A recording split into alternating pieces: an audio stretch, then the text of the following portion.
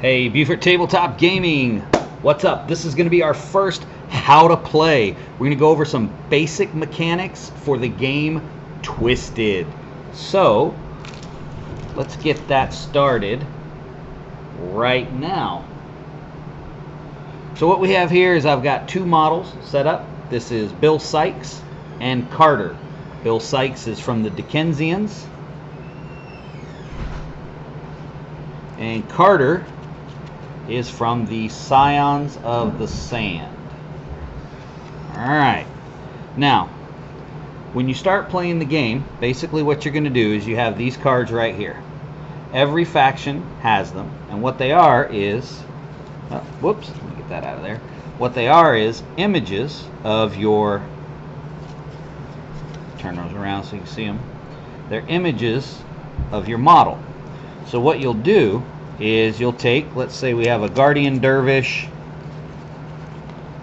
Indigo Ford, Horace de Haviland, and Carter in our faction. So this is going to be our warband that we're doing for the game. We've got these four models for whatever point cost that is. I haven't figured it out. What you'll do is, at the beginning of the game, beginning of each turn actually, you'll set up your cards in the order that you want to activate them. You'll do this secretly. Your opponent won't know what you have in mind. So you'll set them in whatever order you want. Then you'll put them face down. Then as you activate, you will draw that card, and that's the model that you'll end up activating. Now, it's a really neat mechanic because you are pre-planning. So if you can think kind of like X-Wing, where you're pre-planning your moves, is sort of what that makes me think of. Is this kind of X-Wing-ish in that regard. We've got our dice right here. So what we're going to do is we're just going to go over some stats, some dice rolling, and a little bit of conflict. So I'll walk you through a ranged combat and a close combat as well. So, and we're not going to go into the super detail. This is just a basic being able to get it on the table and throw some dice. So what you have here is Bill Sikes and his card. Okay. So starting at the top, we've got our speed stat. That's going to be how many inches he moves. Your strength, which is the damage that he'll be doing in combat. Your finesse, which is sort of like your dexterity. Or so if you're trying to interact with an object or something, you'll use your finesse. Your attack stat, now you see you have two attack stats there, a 6 and a 4. The first one is your close combat, the second one is your ranged attack. Obviously Bill's a little bit better at the close combat. Defense, same thing. You got a close combat defense and a ranged defense. And then you have your armor, which is an 8, and your alchemancy stat, which, as you can see for Bill, he has a big fat 0 because he doesn't cast any spells. Right here we have our life, and Bill has 28 life, but if you look down here to the red boxes, once you mark off your first red box, not when you get to him, but when you mark off your first red box, then you are wounded. And your wounded means that you're -2 to all your stats except your armor. So up here we have our points cost. So Bill is 46 points. Then we have weapons right down here. So he has a cudgel, which is a D10. So you'll roll a D10. Boop. Roll that bad boy. Add 2 to it, and then add his strength of 6. So he's pretty beefy in close combat. Plus it has the stun special rule. His large bore pistol is a D12. All you D&D guys, you don't need me to show you these dice, but there you go. It's a D12 plus 5. No strength bonus from his strength on this one, so he won't get that. The range is going to be short, medium, long, and extreme. So 6 inches, 8 inches, 10 inches, 12 inches, respectively. Then his special abilities. Back of the card. I know we talked about this a little bit in the unboxing, but on the back of the card, which is an awesome thing, is it gives you a rundown of all of those special abilities. What he can do with those. So the stun, if he gets 6 or more on his final damage, then the target has to make a finesse check in order to not be stunned. So there you go. So what we're going to do real quick, I'm going to put Bill down there and Carter there. I'm not going to run you through Carter's card. You have to buy the box to see what Carter's card says. So let's say that here we are. We've got Bill Sykes and Carter squaring off. Now obviously we don't have any terrain or any modifiers going on here, because this is just a walkthrough of what is going to happen. So the first thing that we would do is Carter's going to declare a shot at Bill Sykes. Guess I will show you Carter's card. So Carter has a heavy revolver, which has piercing, and its range is 8, 10, 12, and 15, remembering that that represents short, medium, long, and extreme. Okay? So over here on piercing, any attack with an unmodified d20 roll of 15 to 20 is going to automatically reduce the target's armor by 2. So that's pretty nice. So what we're hoping for is that I can roll well.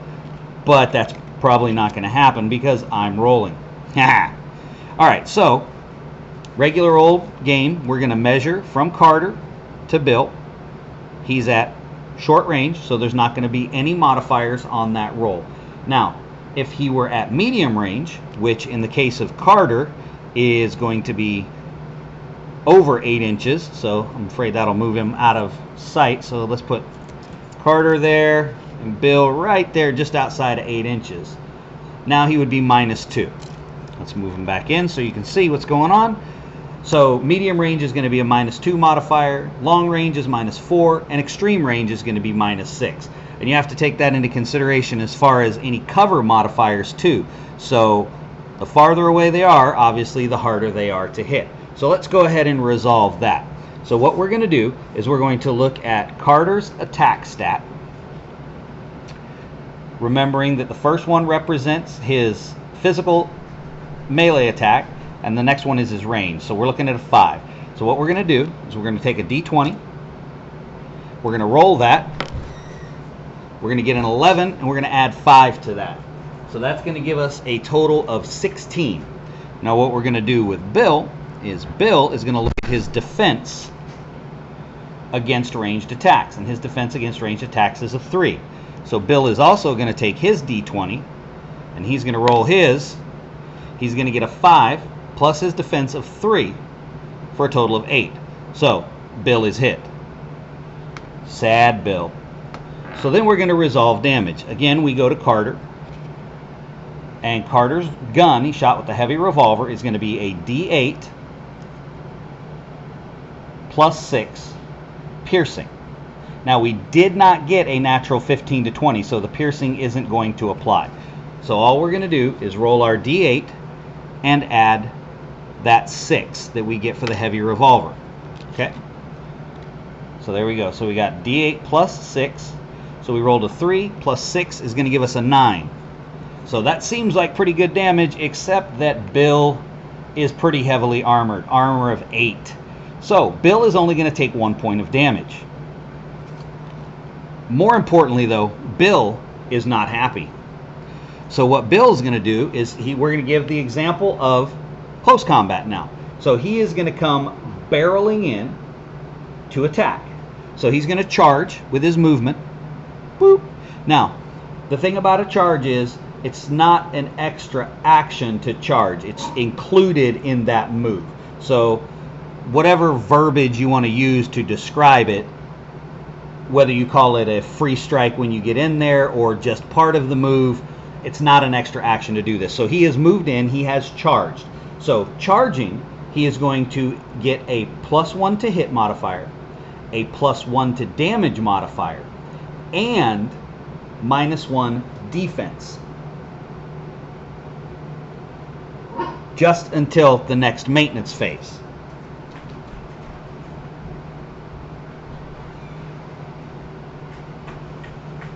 So now that Bill has charged in, we're going to take his D20 and Carter's D20, and we're going to look at Bill's attack stat. Now remember, Bill's better in close combat. So Bill's attack stat is 6. So we're going to roll Bill's attack, remembering that we're +1 because he charged. Okay, so he got a 13 plus his attack stat of 6 which is going to give us a 19, plus 1 for charging, which is going to give us a 20. Sadly, not a natural 20, because natural 20s are fun to roll. Next, we're going to look at Carter's defense. Carter's defense in close combat is a 4. So, we'll roll Carter's die. 15. Almost. 15 plus 4 is 19. So, unfortunately for Carter, Bill still hit. Now, we'll go to Bill's weapon, which is his cudgel. And his cudgel is going to be D10 plus 2 plus strength. So here's the damage. We got an 8 plus 2 for 10 plus 6 for 16 damage. So we're going to go over here to Carter. Carter has an armor of 6, so that's going to reduce that damage to 10. But, as we saw earlier, 6 or more final damage to the target makes the 6 or more final damage, and the target will make a finesse check. So we look at the finesse of Carter. He's going to need to make a finesse check of 5 plus the final damage. So the final damage was 10, so the target number he's looking for is 15. Oh, and Carter easily gets a 15.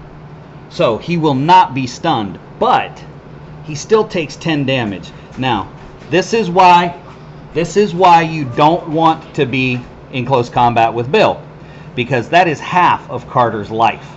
Just that quickly. Bam. So ideally, this is not where Carter wants to be. So that's just a quick rundown of how some of the basic mechanics work in Twisted. Now we're going to go over some more advanced stuff in some other videos, but these are just some of the basic dice rolls to get you into the game, to be able to start throwing dice, so you can see how it works, build your teams, enjoy some of the mechanics of it. The next thing that we'll talk about is we'll go through an opening first round and show you how the Eye of the Engine cards work. Those are a super, super neat aspect of the game. They really bring a sort of a chaotic spin, but not so chaotic that you lose control of your strategic ability to work the game, to win a game, to position where you want to be. So they add a really interesting element, but it's not an overwhelming chaotic element. It's just a fun one. So stay tuned for the next video. This one is just about the moving. If you noticed any mistakes that I made, please point them out. Reference me a page number too, so that I can find them, so I can fix what I'm doing wrong. And until next time, we are Beaufort Tabletop Gaming.